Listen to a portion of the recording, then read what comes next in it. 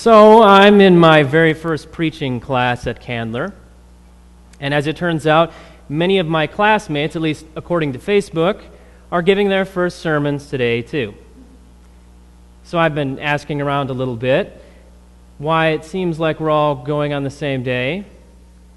And it could be there's a holiday earlier this week, so the congregation inevitably is a little bit thinned out. Or maybe folks are tired from rising and shining earlier than usual on Friday. So it's an opportunity for them to sleep in or maybe sleep through the intern sermon. It's a little joke there. And surely there's a number of reasons why my classmates and I are preaching this weekend. It could be coincidence. It could be intentional. But then there's the matter of the lectionary material. That is, the stuff that we're preaching according to the calendar. The assigned text we're preaching for this Sunday, it's nobody's favorite.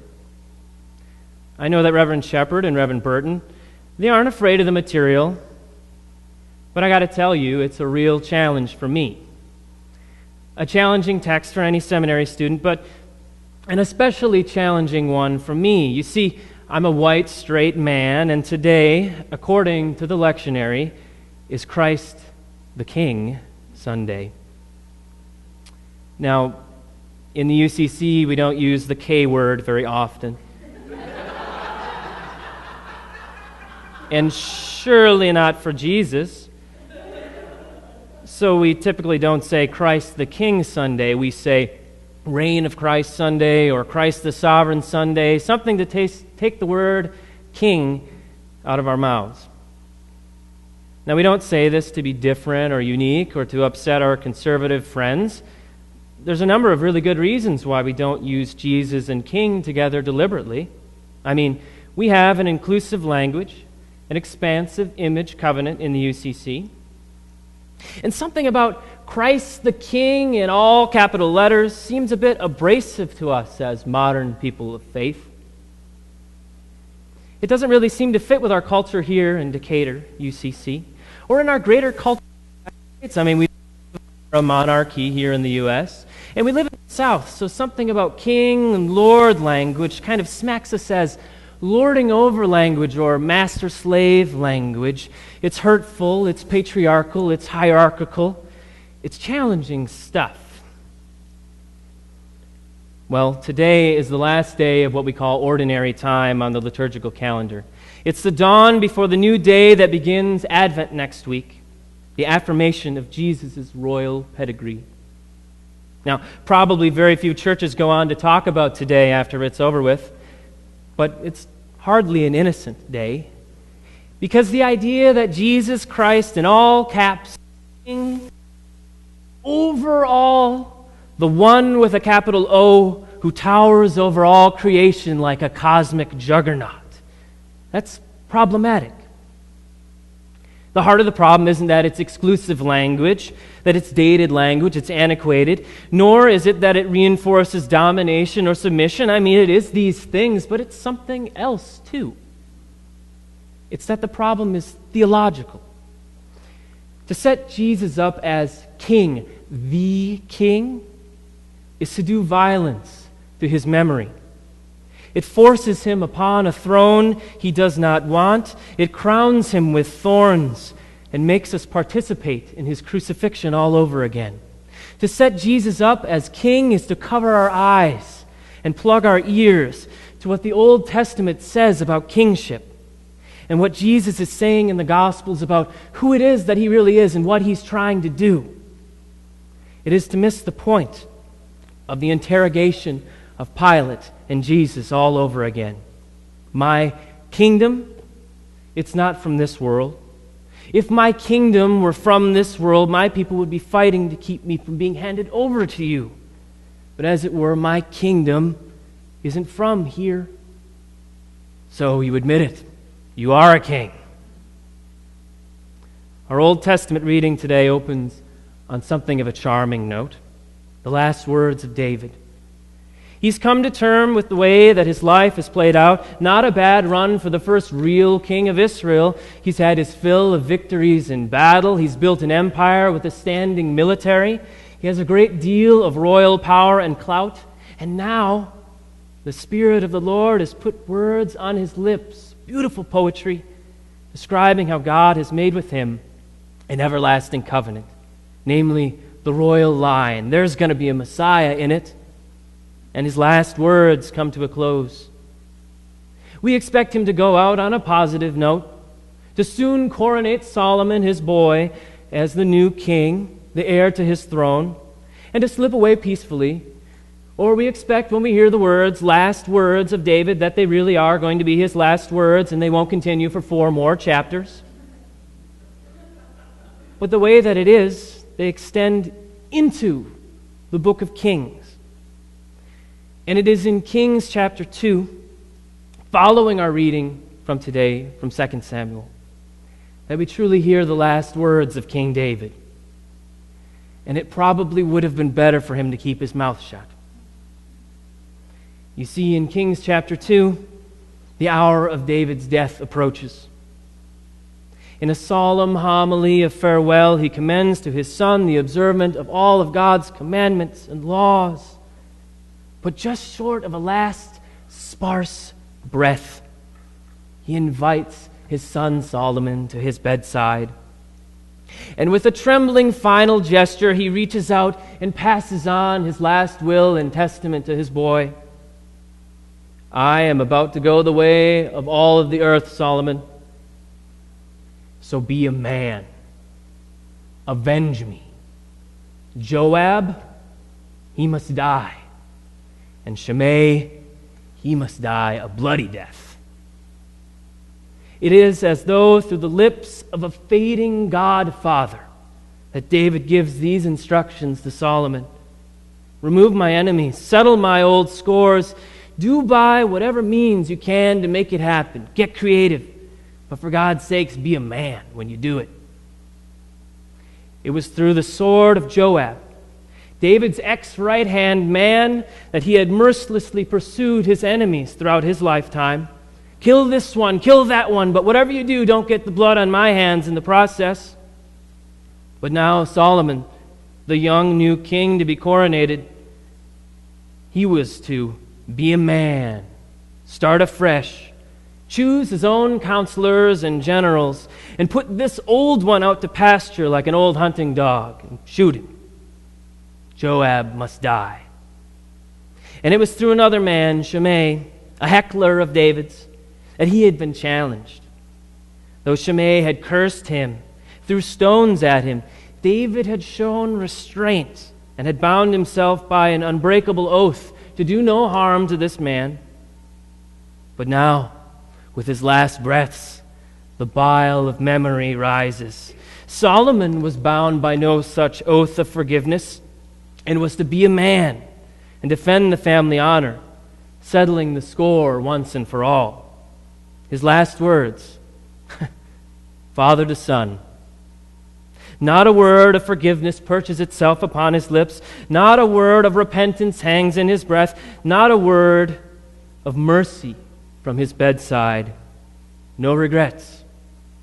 David's last hour, crowning a turbulent life, was arguably his worst.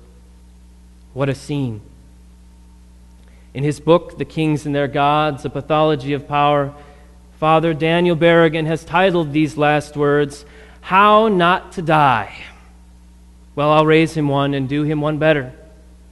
Are you sure Jesus and King belong in the same sentence together? In our gospel lesson from John, the last 24 hours of Jesus' life present us with a very different picture than David's. Another conversation takes place. Not advice from father to son, from one king to another, but an interrogation of Jesus by Pilate. In Jesus' words, there are no hint of, be a man, avenge me. This is what the kingdom proper looks like. No hint of authoritarianism, no passing on of royal venom from father to son. If the life of Jesus teaches us anything leading up to this point in his story, it is that he is anything but a king like David was, or an heir to his legacy. No, he's one who exemplifies through his life, demonstrates through his teaching, revisions through his interpretations, embodies through his ministry that forgiveness is more powerful than any revenge, that one should not be served but should serve others, that one should not lead as an authoritarian but should hold on to authority, and that one should participate in God's work, not be forced to participate in being oppressed by a kingdom, and that one should be human, not a man. What Jesus says and does is anything but kingly. So who do you say that he is? Christ the King, Sunday.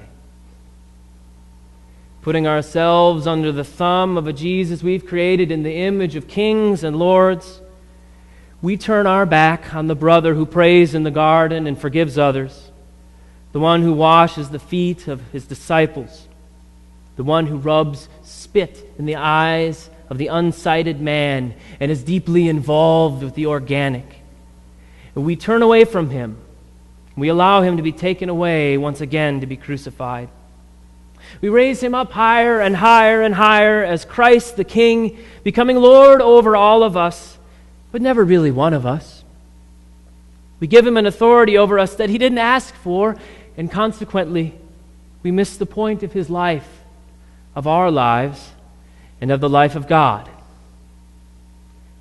But it is because Jesus is not like the kings before him that we are given hope that we would not otherwise have. First, we are given the hope not to be a man, but to be a human. Be compassionate for others. Love your neighbors. Forgive your enemies. Let go of grudges. Stay true to your word and don't forget your promises. Second, we are given the hope of an inheritance of something that is worthwhile. A way that is worthy of emulation. And what this looks like is a life of not being served, but a life of service for others. Take care of each other. That's the greatest expression of love, is to serve one another. And third, we are given the hope of an invitation to participate, not in an oppressive kingdom, but in a vision of the reign of God. What this looks like is a world where legislation is no longer needed to be asked for, where peace and love abound, where there is no room for oppression or injustice, where there is no need for kings. Let me say it plainly.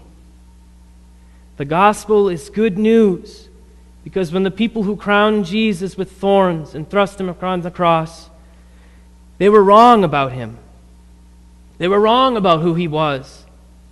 It wasn't that he was a king like the other kings before him, but rather it was that he was our brother, our friend, our partner, our advocate, one who did not conform to the kingly notion of what it means to be a man, but one who affirms the sacredness of what it means to be human, the one who lived not to be served, but to live as a servant for others.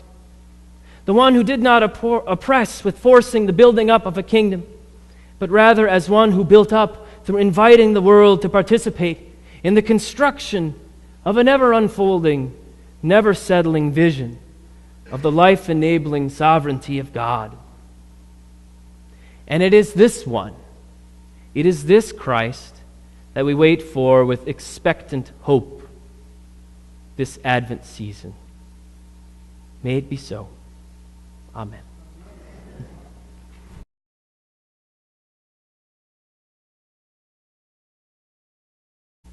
But I got to tell you, it's a real challenge for me.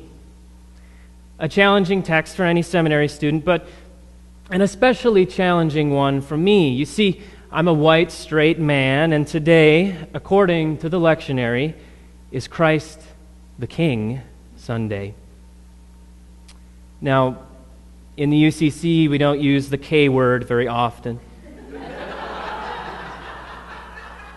And surely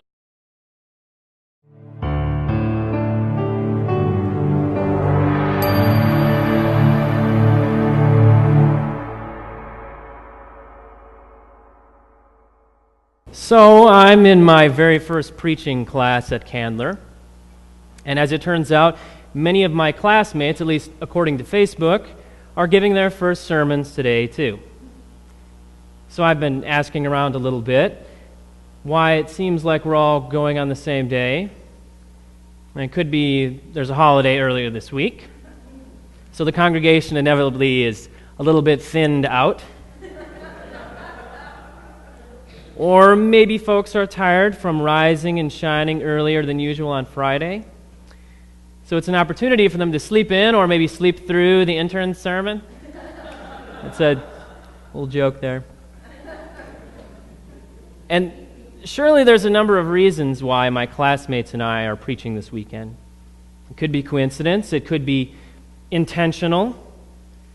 But then there's the matter of the lectionary material. That is, the stuff that we're preaching according to the calendar. The assigned text we're preaching for this Sunday, it's nobody's favorite.